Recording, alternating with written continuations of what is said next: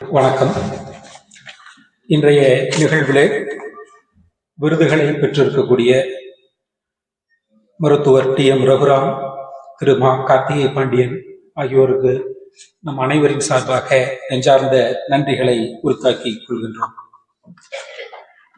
நண்பர்களே, இந்த விழாவினுடைய தலைவர் வருவாய்த்துறை செயலர் ராஜமாணிக்கம் அவர்கள் சொல்லும்போது, கொடுப்பதும் பெறுவதும் தானே மொழிபெயர்ப்பு என்று சொன்னார். அந்த வகையில் இந்த அவை இன்னும் ஒருபடி மேன்மை அடைகிறது. மொழியில் மட்டும் கொடுத்து பெறவில்லை. தமிழ்நாட்டிற்கு எப்போதும் ஒரு வருத்தம் உண்டு. கேரளா நமக்கு ஒரு எம்ஜிஆரை கொடுத்தது. தமிழ்நாடு கேரளாவுக்கு பதில் மரியாதை செய்திருக்கிறது இந்த எம்ஜிஆரை வழங்கி தன்னுடைய பணிகளின் வழியாக என்று நாம் மிக நிச்சயமாக திருப்தி அடையலாம். ஏன்னா வேலாயுதம் அண்ணாச்சி அப்படி ஒரு பட்டியல் அவர் சொன்னார். கொடுப்பதும் பெறுவதும் அப்படிங்கிறது மொழியை தாண்டிய அவையாக இது இருக்கிறது. மொழிபெயர்ப்பு நமக்கு எல்லாமே நல்லா தெரியும். ஒரு படைப்பாளி ஒரு காலகட்டத்தில் ஏதாவது ஒரு படைப்பை செய்து நிறைவு செய்து விடுகிறான். அந்த படைப்பு அவனது படைப்பு வெளிவந்து பல ஆண்டுகளுக்கு பிறகு, நூற்றாண்டுகளுக்கு பிறகு, சில நேரங்களில் 1000 ஆண்டுகளுக்கு பிறகும் ஒரு மொழிபெயர்ப்பினால் உள்ள ஒரு மொழிபெயர்ப்பாளனால் தட்டி எழுப்பப்பட்டு மீண்டும் புத்துயிர் கொடுக்கப்படுகிறது.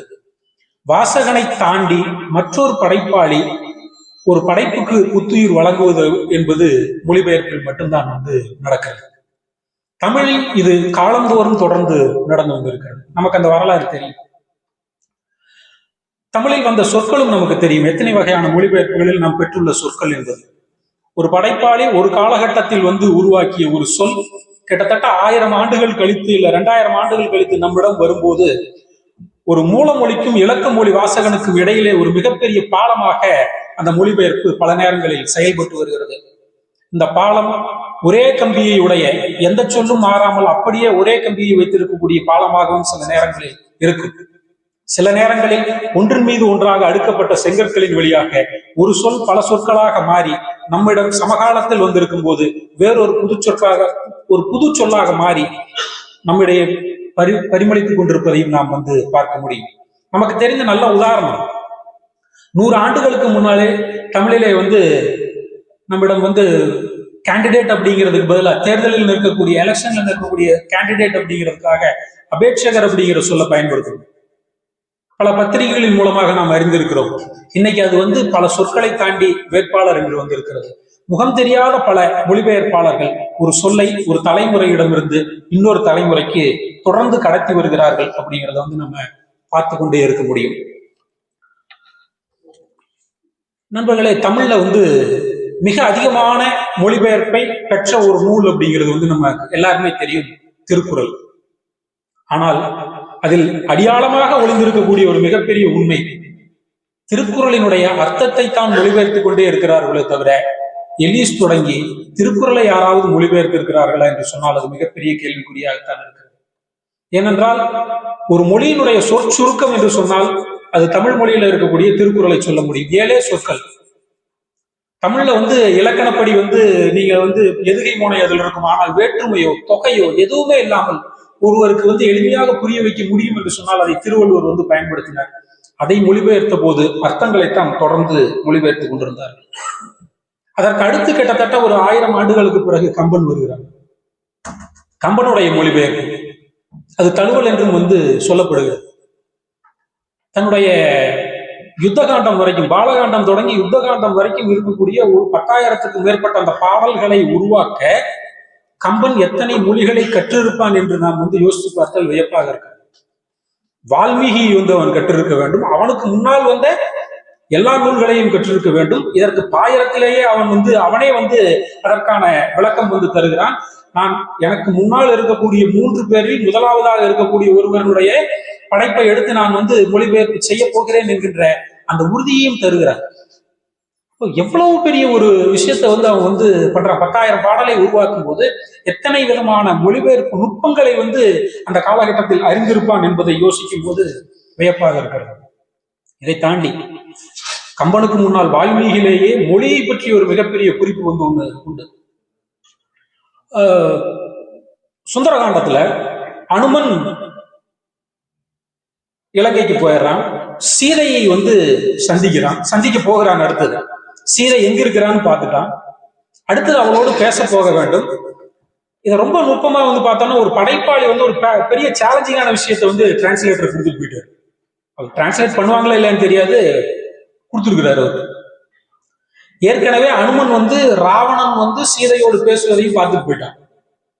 இப்ப மரத்து மேல உட்கார்ந்துட்டு இருக்கிற அனுமன் இப்போ அடுத்தது சீதை கிட்ட பேச போகணும். சீதை ஒரு முடிவு எடுத்துட்டா, காலையிலக்குள்ள எதுவும் நடக்கல அப்படின்னா நான் வந்து உயிரை விட போகிறேங்கிற அந்த முடிவு எடுத்துட்டா இது மரத்து மேல இருக்கிற அனுமனுக்கு தெரியுது. அனுமன் இப்போது யோசிப்பதாக வால்மீகி எழுதுகிறார். சீதையோடு நாம் இப்போது எந்த மொழியில் பேசுவது? ஏற்கனவே ராவணன் பேசிட்டு போன அதே சம்ஸ்கிருதத்துல பேசுறதா இல்ல வேற எந்த மொழியில பேசுறது அப்படிங்கிற அந்த கேள்வியை அவனாகவே எழுப்பி கொண்டு வால்மீகி பதில் சொல்கிறார். நான் மக்கள் மொழியில் பேச போகிறேன். அந்த சம்ஸ்கிருதத்துல பேசினா ஒருவேளை நான் ராவணனுடைய ஆள் இல்ல ராவணன் தான் மாற்று உருவம் கொண்டு வந்திருக்கிறேனோ என்று நினைத்து கொண்டு அனுமன் முடிவெடுப்பதாக வால்மீகி சொல்கிறார். நான் எல்லா மொழிகளையும் விட்டுவிட்டு மக்கள் மொழியில் பேச போகிறேன்.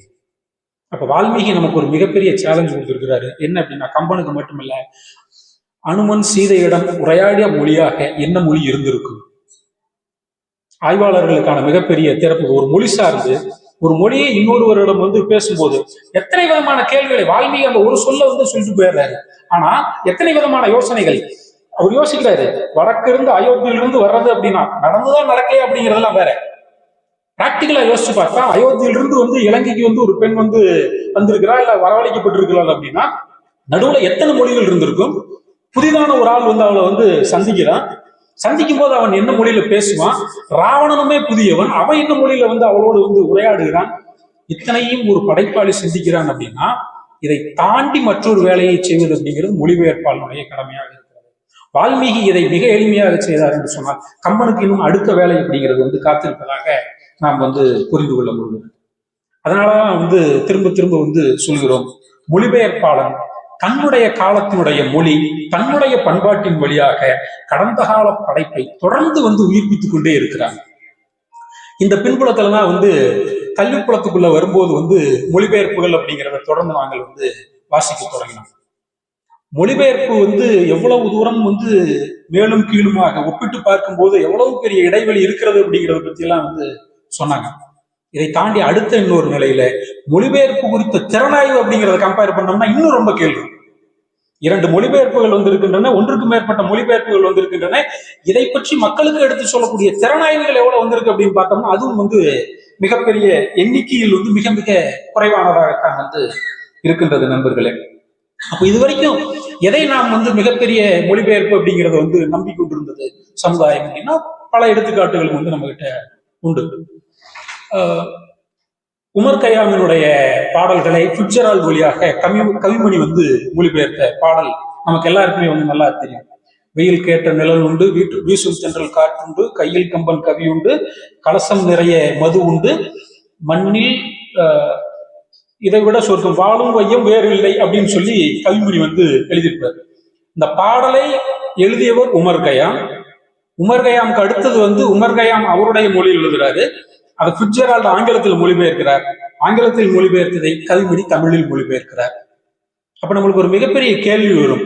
பாரசீகத்தில் இருக்கக்கூடிய ருபாயத் என்கின்ற கவிதையை எழுதிய இந்த உமர் கய்யாமுக்கு கையில் கம்பன் கவி எப்படி வந்தது? கையில் கம்பன் கவி அப்படிங்கிறது வந்து இது யாருடைய கற்பனை அப்படின்னா கவிமணியினுடைய கற்பனை. ஃபிட்ஜெரால்ட் வந்து ஒரு வேர்ஸ் ஆன் மை ஹேண்ட் அப்படிங்கிறத கையில் கம்பன் அப்படின்னு சொல்லி எழுதுறாரு. இப்போ ஒரு மிகப்பெரிய கேள்வி வருகிறது, ஒரு மொழிபெயர்ப்பாளருடைய பணி என்ன? எதை மொழிபெயர்ப்பது? மூல மொழியில வந்து அவர் வந்து எழுதாததை மொழிபெயர்ப்பாளர் சொல்லாமா வேண்டாமா அப்படிங்கிறது தமிழனுடைய மிகப்பெரிய திறனாய்வுக்கான கேள்வியாக இருக்கிறது. இந்த சமயத்துலதான் நம்மளுக்கு வந்து இன்னொருவர் மிக முக்கியமாக வருகிற மொழிபெயர்ப்பு திறனாய்வுல கானா சுப்பிரமணியம். அவருடைய கருத்துக்கள் எல்லாம் இன்னைக்கு வந்து சொன்னோம் அப்படின்னா கானாசுவோ கவிமணியோ அவருடைய பணியை வந்து யாருமே வந்து குறைத்து மதிப்பிடுவது அப்படிங்கிறது கிடையாது.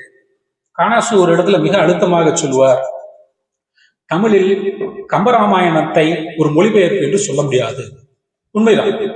அது எல்லாருமே ஏத்துக்கலாம். கம்பன் எழுதிய ராமாயணத்தை மொழிபெயர்ப்புன்னு சொல்ல முடியாது அப்படின்னு சொல்றதோடு இல்லாம ஒரு அடுத்த ஒரு வார்த்தை சொல்வார், தமிழில் இருக்கக்கூடிய மிகப்பெரிய மொழிபெயர்ப்பு திருக்குறள் தான். திருக்குறள் என்பது அவருடைய காலகட்டத்தில் அவருக்கு முன்னால் மனு மற்றவர்களுடைய பல்வேறு கருத்துக்களை மொழிபெயர்த்து திருவள்ளுவர் எழுதியதுதான் அப்படிங்கிற ஒரு கருத்தை காணாசன் முன்வைத்தார். அவர் தமிழனுடைய மிகப்பெரிய விமர்சன கலை என்கிற நூலை எழுதிய மிகப்பெரிய படைப்பாளி. இதையும் நாம் மறந்து வரக்கூடாது. யோசிச்சு பார்த்தோம் அப்படின்னா உலகில் எத்தனை வகையான மொழிகள் இருக்கின்றன. இப்ப மொழிபெயர்ப்பினுடைய தேவை என்னவாக இருக்கிறது? 8000 மொழி கிட்டத்தட்ட இருக்குது. அதுல 6000 மொழிக்கு பக்கத்துல ஸ்கிரிப்ட் வச்சிருக்கிறாங்க. அப்போ ஒரு மொழியில் ஒருவன் சிந்திக்கக்கூடியதை மற்றொரு மொழியில் இருக்கக்கூடியவன், ஒரு பண்பாட்டில் ஒருவன் சிந்திக்கக்கூடியவதை மற்றொரு பண்பாட்டில் இருக்கக்கூடியவர்கள் சிந்திக்கக்கூடிய வாய்ப்பு மொழிபெயர்ப்பினால் மட்டுமே சாத்தியமாகின்றது. இந்த சாத்தியத்தை மொழிபெயர்ப்பாளர்கள் காலந்தோறும் வழங்கி கொண்டே இருக்கிறார்கள். இந்த சூழல்ல தான் கடந்த 2000 புத்தாயிரம் ஆண்டு 2000 ஒரு நிகழ்வு நிகழ்கிறது. நமக்கு உலகம் முழுக்க இருக்கக்கூடிய அரசியல் சூழல் அப்படிங்கிறது நமக்கு தெரியும். அமெரிக்கா இன்னைக்கு எந்த விதமான ஒரு பொருளாதார ரீதியிலான ஒரு தாக்குதலை எல்லா நாடுகள் மீதும் தொடுக்கிறது அப்படிங்கிறது நமக்கு எல்லாமே தெரியும். அதை தாண்டி அமெரிக்கா இப்பதான் அந்த வேலையெல்லாம் பண்ணுறது அப்படிங்கிறது. கியூபா மேல மிக கடுமையான தாக்குதலை தொடர்ந்து நிகழ்த்தி கியூபாவு மேல தடையை விதிக்கிறது. கியூபாக்கு யாரெல்லாம் சப்போர்ட் பண்றாங்களோ அவங்கெல்லாம் அமெரிக்காவுக்கு வரக்கூடாது. உன்னையும் தள்ளி வைக்கிறோம், நீ அடியவர்களை தள்ளி வைக்கிறோம், ஆண்டவனையும் தள்ளி வைக்கிறோம் அப்படிங்கிற மரபு நம்ம வந்தோம். கியூபாவை யார் ஆதரிச்சாலும் அவங்கள அமெரிக்கா தள்ளி வைக்கும். இப்போ ஒரு நிகழ்வு நடக்குது. அமெரிக்காவுக்கும் கியூபாவுக்கும் பக்கத்தில் இருக்கக்கூடிய ஒரு தீவு. அந்த தீவுல ஒரு விருந்து நடைபெறுகிறது. அந்த விருந்துக்கு சிறப்பு விருந்தினராக அழைக்கப்பட்டிருக்கிறவர் அமெரிக்காவினுடைய அதிபர். அந்த விருந்தை ஏற்பாடு செய்திருக்கிறவர் கொலம்பியாவினுடைய அதிபர். அந்த தீவிலே ஒரு பேச்சுவார்த்தைக்காக நடத்தக்கூடிய அந்த விருந்திலே மிக முக்கியமான ஒரு நபர் அழைக்கப்படுகிறார். அவர் கொலம்பியாவினுடைய மிக முக்கியமான படைப்பாளி. அந்த கொலம்பியாவினுடைய படைப்பாளியை பார்த்தவுடன் அமெரிக்க அதிபர் மிகவும் ஏற்கனவே தெரியும், ஆனால் அவரோடு மிக நெருக்கமாக இருந்து மிக நீண்ட நேரம் உரையாடி விட்டு அவர் சொல்லுகிறார், எனக்கு மிக பிடித்த எழுத்தை நீங்கள் தான் எழுதியிருக்கிறீர்கள். உங்கள் எழுத்து அப்படின்னு சொன்னா எனக்கு மிக பிரியமானது அப்படின்னு சொல்லிட்டு ஒரு மிக முக்கியமான வேலையை செய்கிறார். அந்த படைப்பாளிக்கு கியூபாவை ஆதரித்ததன் காரணமாக அமெரிக்காவில் நுழைய தடை விதிக்கப்பட்டிருந்தது. முதலாக அந்த அதிபர் அந்த எழுத்தாளருக்கான தடையை நீக்குகிறார். நீக்கிவிட்டு சொல்லுகிறார், நீங்கள் அமெரிக்காவிற்கு வருகிறீர்கள், முதலாக அமெரிக்காவுக்கு வரும்போது நீங்கள் நேரடியாக வெள்ளை மாளிகைக்கு தான் வர வேண்டும் அப்படின்னு சொல்லி அந்த எழுத்தாளரை நேரடியாக அவர் வெள்ளை மாளிகைக்கு அழைக்கிறார். அது மட்டுமல்ல, 20 ஆண்டு காலத்திற்கு மேலாக அந்த எழுத்தாளரோடு மிகப்பெரிய நட்போடு இருக்கிறார். இது அத்தனைக்கும் காரணமாக இருந்தது எது அப்படின்னு கேட்டோம் அப்படின்னா, அந்த எழுத்தாளர்களுடைய ஒரு மிக முக்கியமான படைப்பு. அந்த படைப்பை அந்த அதிபரே சொன்னார். அந்த படைப்பை ஆங்கிலத்தில் அதுக்கு என்ன சொல்றோம் அப்படின்னா 100 years of solitude. அந்த படைப்பை எழுதிய படைப்பாளி அந்த கியூபாவை ஆதரித்ததற்காக தடையை பெற்றுக்கொண்டு அந்த தடையை அமெரிக்க அதிபரின் வழியாகவே உடைத்து கொண்டு வெள்ளை மாளிகைக்குள் நுழைந்த அந்த படைப்பாளி நமக்கெல்லாம் நன்றாக தெரிந்த கேப்ரியல் கார்சியா மார்கெஸ்.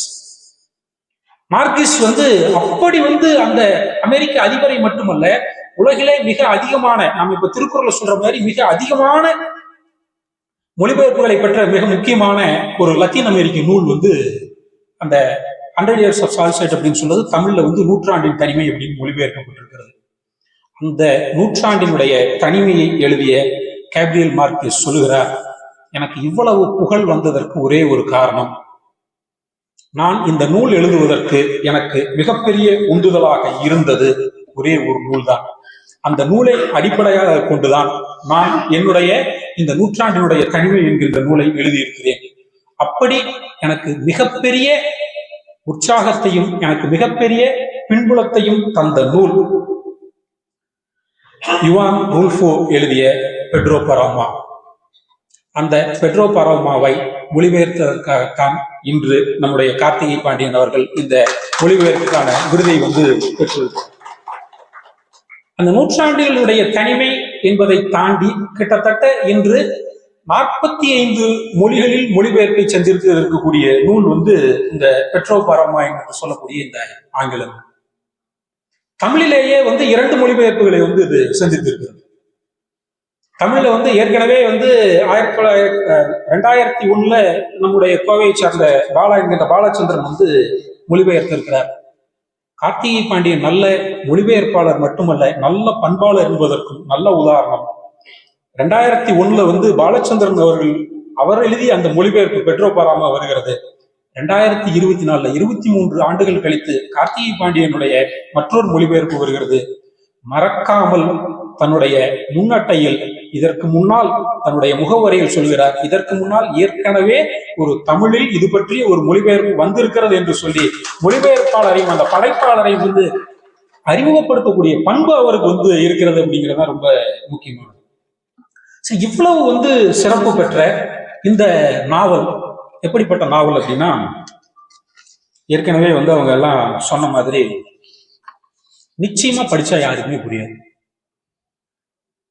நமக்கு மட்டுமல்ல, அவர் எழுதிய அந்த மொழியிலும் மெக்சிகன் மொழியிலும் மிகப்பெரிய சிக்கல் சவாலானது. இந்த 3 மொழிபெயர்ப்புகள் அப்படின்னு சொல்லி நம்ம வந்து சொன்னோம்ல, ஆங்கிலத்திலேயே தமிழ்ல 2, ஆங்கிலத்துல வெவ்வேறு காலகட்டங்கள்ல 1955 வந்து இதை வந்து ரூல்ஃபோ வந்து வெளியிடுகிறார். 57 இருந்து தொடர்ந்து வந்து ஆங்கிலத்துல வெவ்வேறு காலகட்டங்கள்ல வந்து மொழிபெயர்ப்பு வருகிறது. முதல்ல வந்து லைசாண்டன் கெம்ப் அவங்க வந்து மொழிபெயர்க்கிறார்கள். இது 1959 வெளிவருகிறது. 2வது மார்கரெட் சேவியர் விடு அவங்க வந்து இந்த மார்கரெட் சேயர்ஸ் உடைய படைப்பைத்தான் வந்து 2001 நம்ம பாலச்சந்திரன் வந்து மொழிபெயர்க்கிறார். அதுக்கு அடுத்தது 3வது ஆங்கிலத்துல இன்னொரு மிக முக்கியமான மொழிபெயர்ப்பு வருகிறது. அதான் இந்த நம்முடைய வெதர்ஃபோர்டினுடைய இந்த மொழிபெயர்ப்பு. இந்த வெதர்ஃபோர்டினுடைய மொழிபெயர்ப்பை தன்னுடைய மூலமாக கொண்டு கார்த்திகை பாண்டியன் அவர்கள் இந்த மொழிபெயர்ப்பை வந்து செய்கிறார். நான் சொன்ன ஏற்கனவே இது மிக கடினமானது புரிந்து கொள்ள அப்படின்னு. அப்படி என்ன வந்து அது கடினமானது அப்படின்னு சொன்னா, மெக்சிகோவினுடைய அன்றைய காலகட்டத்தில் மட்டுமல்ல, லத்தீன் அமெரிக்காவையும் ஒரு மிகப்பெரிய ஒரு இலக்கியத்தை பிடித்து ஆட்டியது என்று சொன்னால் அந்த பேருக்கு பெயர் வந்து மேஜிக்கல் ரியாலிசம் அப்படின்னு சொல்லி சொன்னார். தமிழ்ல வந்து மேஜிக்கல் ரியாலிசத்தை வந்து மிக எளிமையாக வந்து நம்ம சிலப்பதிகாரத்திலிருந்து பார்க்கலாம். இன்றைக்கு சம காலகட்டத்துல வந்து போற போக்குல பேஸ்புக்ல தன்னுடைய குறிப்புகளின் வழியாக மேஜிக்கல் ரியாலிசத்தை சொல்லக்கூடிய போகன் இந்த அவையில் இருக்கிறார்.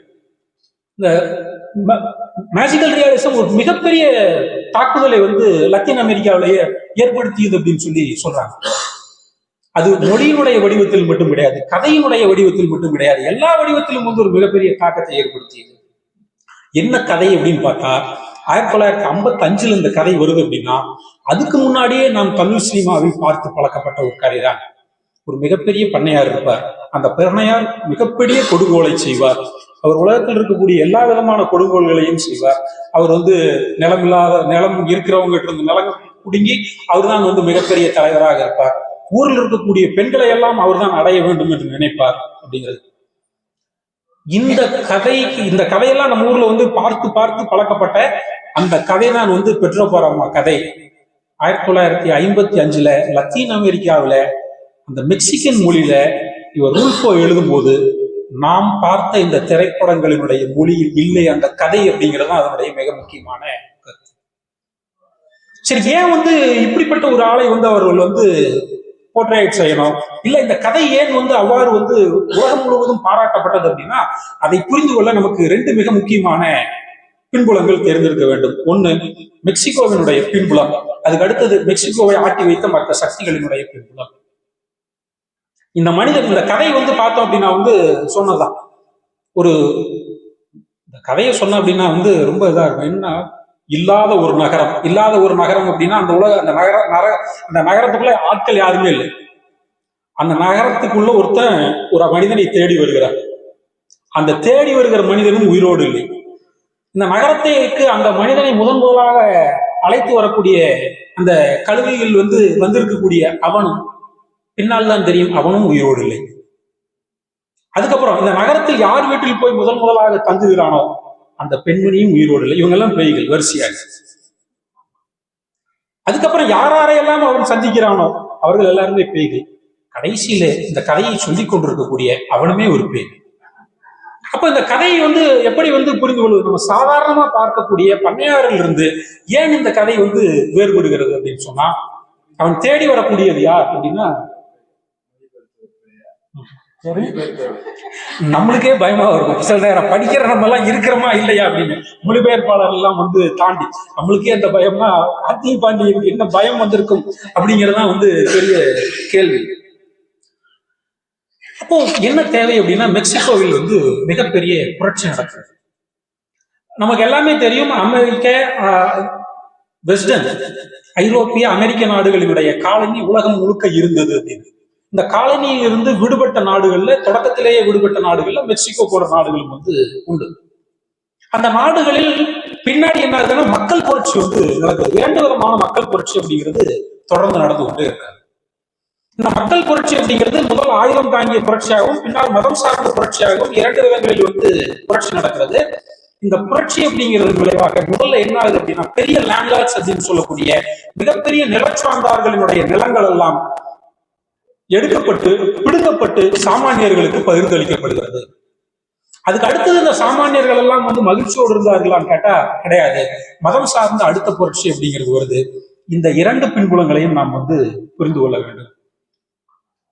கத்தோலிக்க மதம் உலகத்தில் வந்து நமக்கு வந்து எல்லா இடங்களிலும் இருந்தது அப்படின்னு. இந்த மெக்சிகோவை பத்தி நம்ம வந்து புரிஞ்சுக்கணும் அப்படின்னா வந்து, உலகத்திலேயே இரண்டாவது மிகப்பெரிய கத்தோலிக்க நாடு வந்து மெக்சிகோ.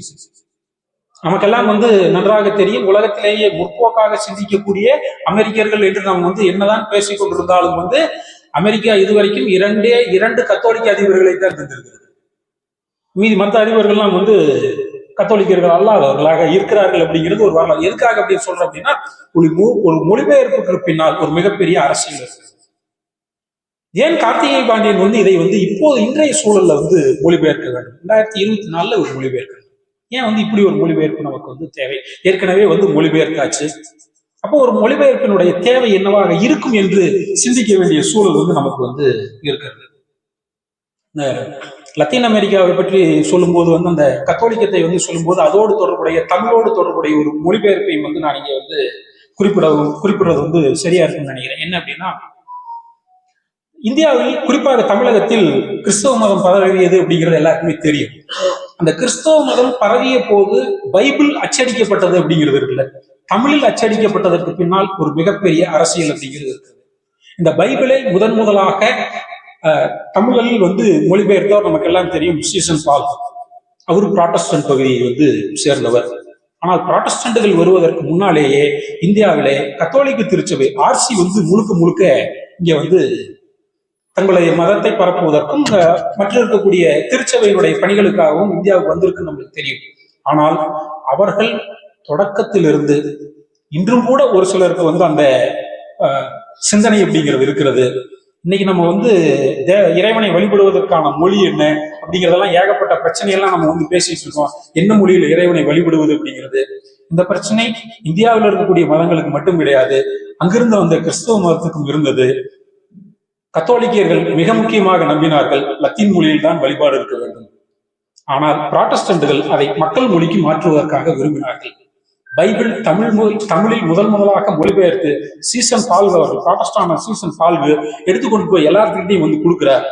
அப்போது தமிழனுடைய அங்கிருந்து வந்த இன்னொரு மிகப்பெரிய திருச்சபைக்காக ஊழியம் செய்ய வந்த ஒருவர், தமிழில் மிகப்பெரிய படைப்புகள் எல்லாம் படைத்திருந்த அந்த மிகப்பெரிய மத போதகர் வந்து இந்த நூலை பார்த்துவிட்டு அவர் எழுதுகிற குறிப்பு இன்றைக்கு வரைக்கும் பதிவாகி இருக்கிறது. இந்த பைபிளை படிக்கும் போது எனக்கு கண்ணெல்லாம் வெடிக்கிறது, தொண்டையெல்லாம் வறண்டு போகிறது, படிக்கிற மக்கள் எல்லாம் விழுந்து விழுந்து சிரிக்கிறார்கள் அப்படின்னு.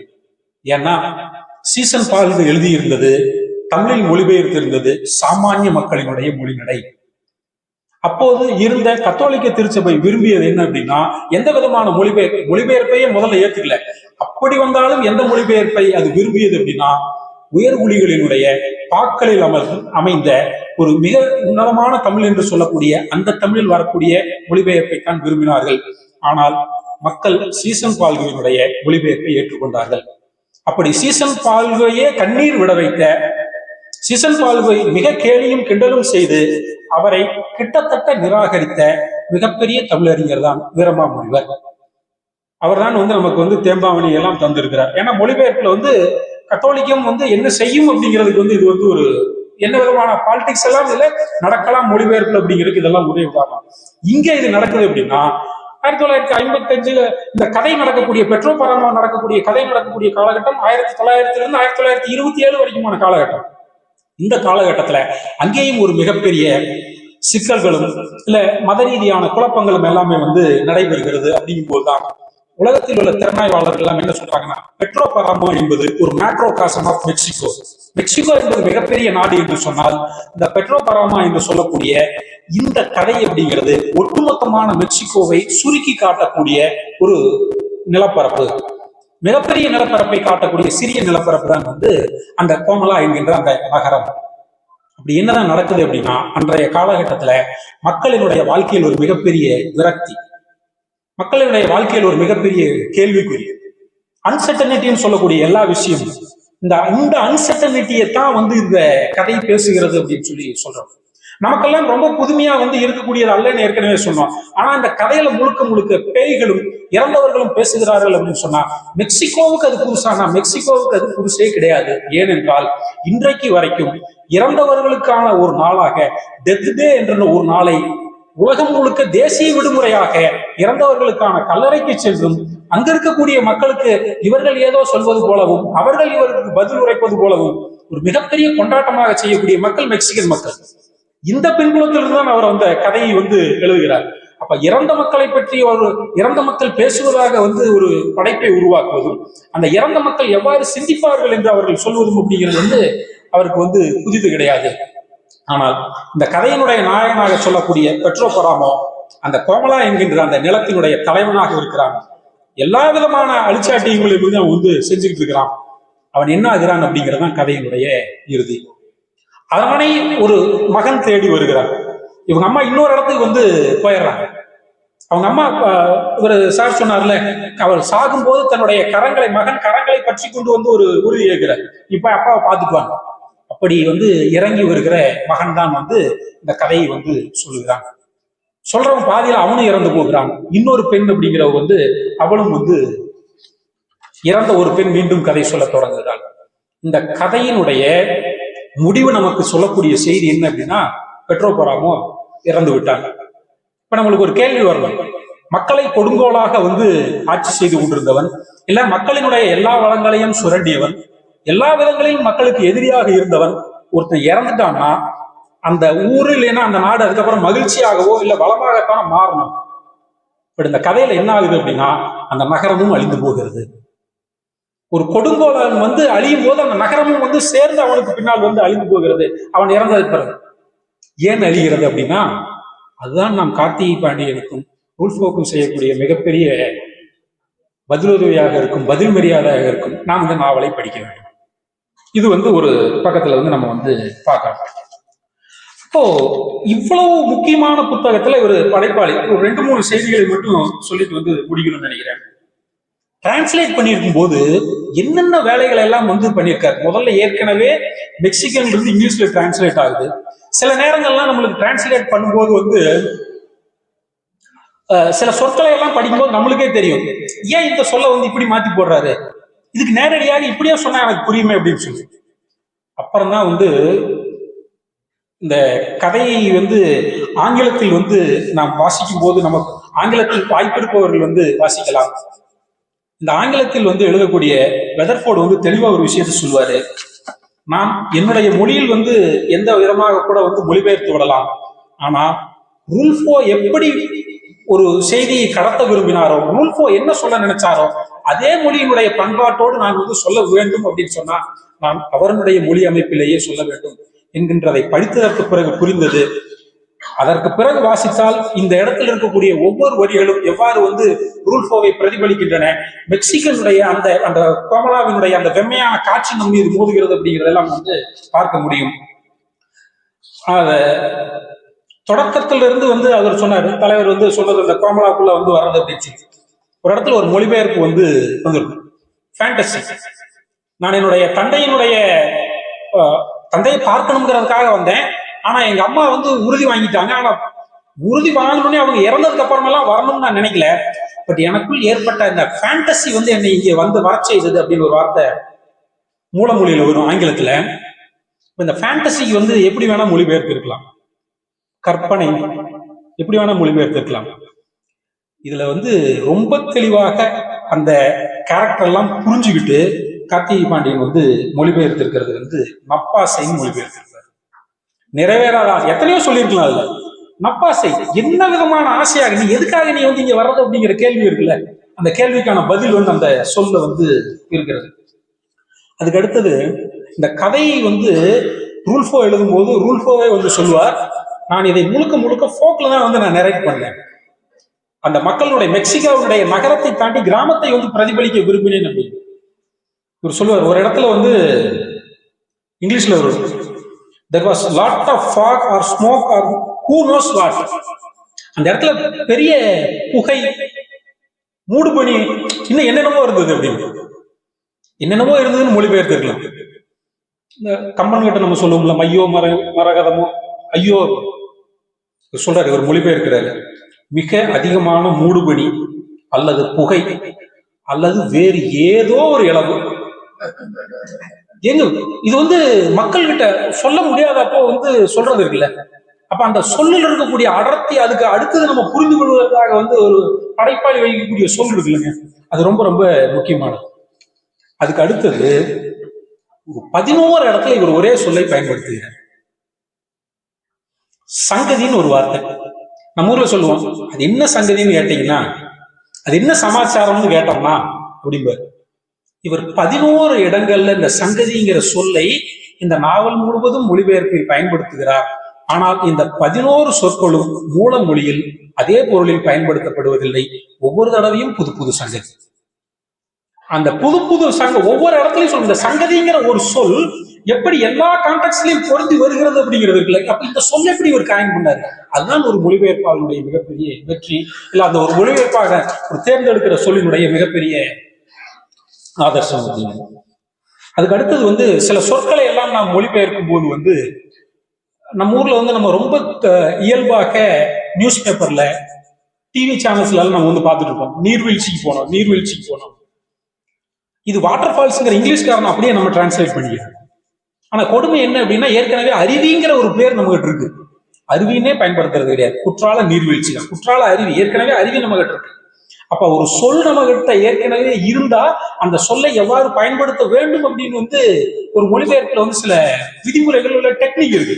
அந்த சொல்லை தாண்டி வந்து பயன்படுத்துவது அப்படிங்கிறது இருக்குல்லைங்க. இப்ப ஒரு இடத்துல என்ன சொல்லுவாரு அப்படின்னா, பெட்ரோ பராமாவில் ஒரு ரொம்ப முக்கியமான நுட்பம் என்ன அப்படின்னா வந்து, எவ்வளவுக்கு எவ்வளவு வறண்ட மோசமான வெம்மை காற்று வீசுகிற அந்த கோமலாவை வந்து சொல்றாங்களோ, அதுக்கு நேர் எதிராக மிக குளிர்ச்சியான மழை பெய்து கொண்டிருக்கக்கூடிய இதமான பச்சை புல்வெளி சார்ந்த ஒரு இடத்தையும் வந்து அதே இடத்த வந்து கோமலா அந்த இடத்தை வந்து உருவகப்படுத்திக்கிட்டே இருப்பார். எங்கெங்கெல்லாம் வந்து கொடுமை நடக்கிறதோ அங்கெல்லாம் வந்து வெப்பம், எங்கெல்லாம் காதல் மலர்கிறதோ அங்கெல்லாம் வந்து நீரையும் மழையையும் தொடர்ந்து வந்து பயன்படுத்திக்கிட்டே இருக்கக்கூடிய ஒரு மிகப்பெரிய முரணை வந்து பார்க்க முடியும். இந்த இடத்துல அவர் சொல்லுவாரு, தண்ணி டொப் டொப் டொப்னு விழுந்துட்டு இருந்தது, அது லாரல் லீவ்ஸ் மேல விழுந்துட்டு இருந்தது அப்படின்னு ஆங்கிலத்துல அவர் எழுதிருக்காரு. இந்த லாரல் லீவ்ஸ் எங்க ஆங்கிலத்துல தான் எழுதுறாருன்னா கிடையாது, இந்த லாரல் லீவ்ஸ் அப்படிங்கிறது லத்தீனுடைய, அப்படி அந்த லத்தீன் மெக்சிகன் சொல். அந்த கேள்வி இப்ப இவர் என்ன பண்ணுவார் அப்படின்னு பார்த்தா, இவர் எழுதுறாரு, அந்த தண்ணி சொட்டு சொட்டாக புன்னை இலைகளின் வழியாக விழுந்தது. புன்னை மரம் 2000 ஆண்டுகளாக தமிழில் இருக்கக்கூடிய நமக்கு வந்து ஒரு மிகப்பெரிய அடையாளம். அப்போ புன்னைன்னு இவர் வந்து மாத்தி எழுதிட்டாருன்னு போய் தேடி பார்த்தா, நம்ம ஊர்ல புன்னைன்னு சொல்றத அவங்க ஊர்ல லாரல்ஸ் சொல்றாங்க. அவர் லாரல்னு கூட அப்படியே எழுதியிருக்கலாம், நம்ம வந்து கேட்க போறது கிடையாது. ஆனால் அது தமிழ் வாசகனுக்கு புரியும்படியாக அவர் எழுதுறது அப்படிங்கிறது இருக்குல்ல, இது மிக முக்கியமானதாக வந்து நான் வந்து கருதுகிறேன். இப்படி நிறைய சொல்லலாம். ரொம்ப ஒரே ஒரு செய்தியை மட்டும் நான் வந்து சொல்லி நிறைவு செய்ய விரும்புகிறேன். இந்த பெட்ரோ பராமா தன்னுடைய சிறு வயதுல வீட்டுல அவங்க அம்மாட்ட வந்து பேசிக்கொண்டிருக்கும் போது, அவங்க வீட்டுல வந்து டாய்லெட்டுக்குள் இருப்பான். நான் அந்த வார்த்தையை வந்து டாய்லெட்டுங்கிற வார்த்தையை தெரிஞ்சே நான் வந்து இடத்துல பயன்படுத்துறேன், காரணமாகத்தான் பயன்படுத்துறேன். டாய்லெட்டுக்குள் இருக்கும்போது அவங்க அம்மா வந்து இதெல்லாம், இந்த டாய்லெட்டுக்கால உள்ள அவன் இருக்கிறதையும் அவங்க அம்மா வெளியே கூப்பிடுறதும் அப்படிங்கிறது ஒரே இடத்துல நடக்காது. கதை ஜிக்ஸாக்கா நான் லீனியரா வந்து கதை சொல்லிட்டே வந்து அவர் வந்து போவார் குரூப். அவங்க அம்மா ஒரு இடத்துல வந்து சொல்லுவாங்க, ரொம்ப நேரம் நீ அதுக்குள்ள இருக்காத, உள்ள இருந்ததுன்னா பாம்பு குத்திடும். இது இயல்பானது, நம்பிக்கை சார்ந்த விஷயம், இதெல்லாம் ஒரு பக்கம் விட்டுருவோம். அதுக்கு வந்து ஆங்கிலத்துல வந்து பிரைவி அப்படிங்கிற சொல், பிரைவசி அப்படிங்கிறதுக்கான பதிலாக பிரைவிங்கிற சொல்ல வந்து வெதர்ஃபோர்டு வந்து பயன்படுத்தியிருக்காரு. இதுக்கு இவர் என்ன சொல்ல பயன்படுத்துகிறார் அப்படிங்கிறதா ரொம்ப முக்கியம். பிரைவி அப்படிங்கிற சொல்லுக்கு இவர் பயன்படுத்துவார், கொள்ளையில ரொம்ப நேரம் உட்கார்ந்துகிட்டு இருக்காத, வெளியே வா அப்படின்னு. நம்ம ஊர்ல இந்த சொல் வந்து ரொம்ப இயல்பாக புழக்கத்தில், கொள்ளைக்கு போறேன், கொள்ளைக்கு போயிட்டு வரேன் அப்படின்னு. நம்ம நம்ம கிட்ட இல்ல, எல்லா கிட்ட இடக்கர இடக்கல்னு சில சொற்கள் இருக்கு. சிலரை பயன்படுத்தலாம், சிலரை நேரடியாக பயன்படுத்தக்கூடாது அப்படின்னு சொல்லி சில வழிமுறைகள் உண்டு. அப்போ கொள்ளைன்னு சொன்னா என்ன? நமக்கு எல்லாமே கொள்ளைன்னு சொன்னா என்னதான் பொருள் புரியும்? கொள்ளை பக்கம் அப்படின்னா பின்பக்கம் நம்ம நினைச்சுட்டு இருக்கோம். அது கொள்ளை என்பது பின்பக்கம் அல்ல, அது கழிப்பிடம், மறந்துடக்கூடாது. நம்ம அதை ரொம்ப வந்து உயர்வாக சொல்றதா நினைச்சிட்டு வந்து கொள்ளை அப்படிங்கிற வார்த்தையை வந்து பின்பக்கம் நம்ம நினைச்சுக்கிட்டு இருக்கிறோம். கொள்ளை அப்படிங்கிறது கொள்ளைப்புறம் எல்லாம் பயன்படுத்த ஆரம்பிச்சிட்டோம். கிடையாது. இதுக்கு நல்ல உதாரணமாக இன்னொரு சொல்றேன் நான், கொள்ளையில போறவனே அப்படிங்கிற ஒரு சொல் வந்து தமிழ்ல ரொம்ப இயல்பாக. இந்த கொள்ளை அப்படிங்கிறது கொள்ளை நோயை குறிக்கக்கூடியது. இந்த நோய் கலரா நோய் என்று அறியப்பட்டது.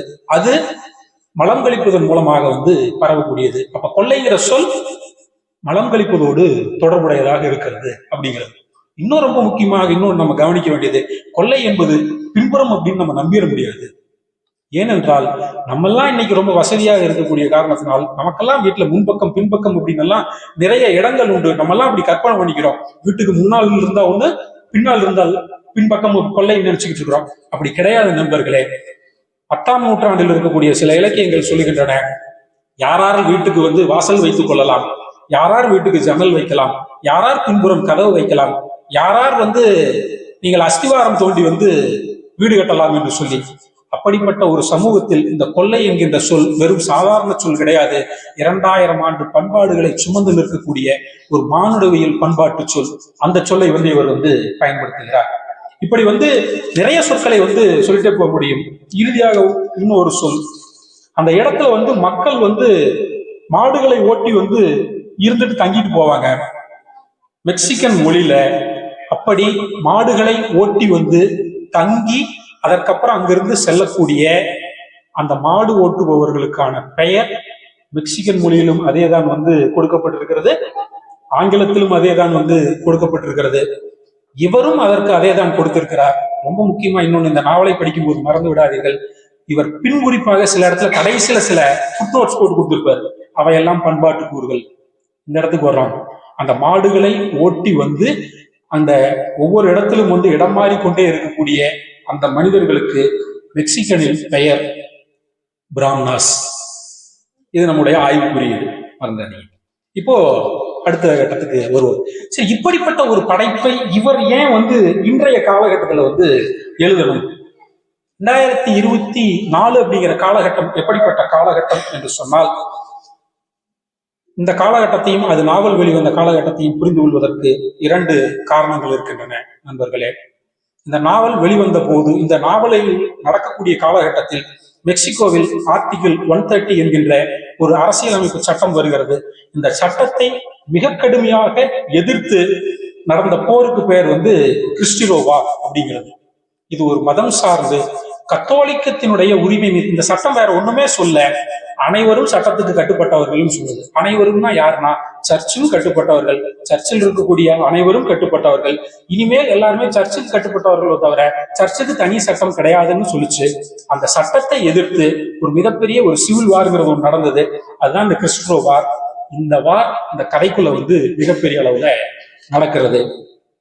அதுக்கு அடுத்தது இந்த விழாவினுடைய தலைவர் வந்து சொன்ன அந்த வார்த்தையை மீண்டும் வந்து சொல்ல விரும்புகிறேன். இந்த கதையில யாருடைய கனவாவது நிறைவேறியதா? கோமலாவில் தன்னுடைய தந்தையை சந்திப்பதற்காக வந்த அந்த யுவானுடைய அவனுடைய கனவு நிறைவேறியதா? இல்ல இந்த உலகத்தையே கட்டி ஆள வேண்டும் நினைச்ச பெட்ரோ பராமாவனுடைய கனவு நிறைவேறியதா? இல்ல தன்னுடைய காதலியோடாவது வசிக்க வேண்டும்னு நினைத்த அவனுடைய கனவுகள் எந்த கனவாவது நிறைவேறியதான்னா எந்த கனவுமே கடைசி வரைக்கும் வந்து நிறைவேறவில்லை. ஆனால் இந்த விஷயம் ஒன்றை வந்து இந்த கதை ஒரு விஷயத்தை நமக்கு திரும்ப திரும்ப சொல்லுகிறது. அது யுவானுடைய அந்த தாய் வந்து ஏன் கோமலாவுக்கு அனுப்புறாருன்னா, உன் தந்தை பெற்றோ பராமரை பார் அப்படின்னு சொல்லி அனுப்புறா அப்படின்னா, demand from him what is hours. எந்த ஒன்றையும் நீ வந்து அவர் கொடுத்தா வாங்கிறாத, பட் அவரிடமிருந்து வந்து நமக்கானதை நம்ம என்ன பண்ண வேணும், கட்டாயம் பெற்றே ஆக வேண்டும். அதை வந்து சொல்றது, அவரிடம் எதுவும் கேட்காதே, எது நம்முடையதோ அதை மட்டும் வலியுறுத்து. அவர் எனக்காக தந்திருக்க வேண்டிய, ஆனால் ஒருபோதும் தந்திராத அவரை ஆழமாக வருந்தச் செய். நம் மீது காட்டிய அக்கறையின்மைக்காக. இது அக்கறையின்மை மட்டுமல்ல, நாம் நமக்கானதை வந்து வேண்டி பெற்றுக்கொள்ள மிகப்பெரிய கனவுகளோடு காத்துக்கொண்டே இருக்கிறோம். அந்த கனவுகள் வந்து நிறைவேறுமா? ஆனால் நிறைவேறாது என்பதற்காக நாம் கேட்காமல் இருந்துவிட போவதில்லை, கேட்டுக்கொண்டே இருப்போம். அது கீழடியாக இருந்தாலும் எதுவாக இருந்தாலும் நமக்கான கனவை நாம் தொடர்ந்து வந்து பின்னோக்கி வந்து தேடிக்கொண்டே இருப்போம் என்பதுதான் இந்த 2024 அதற்கு தொடர்ந்து வரக்கூடிய நாட்களில் பெற்றோ பராமரிப்பை வந்து மொழிபெயர்ப்பதற்கான காரணமாக நான் புரிந்து கொள்கிறேன். வாழ்த்துக்கள், வாய்ப்புகள்.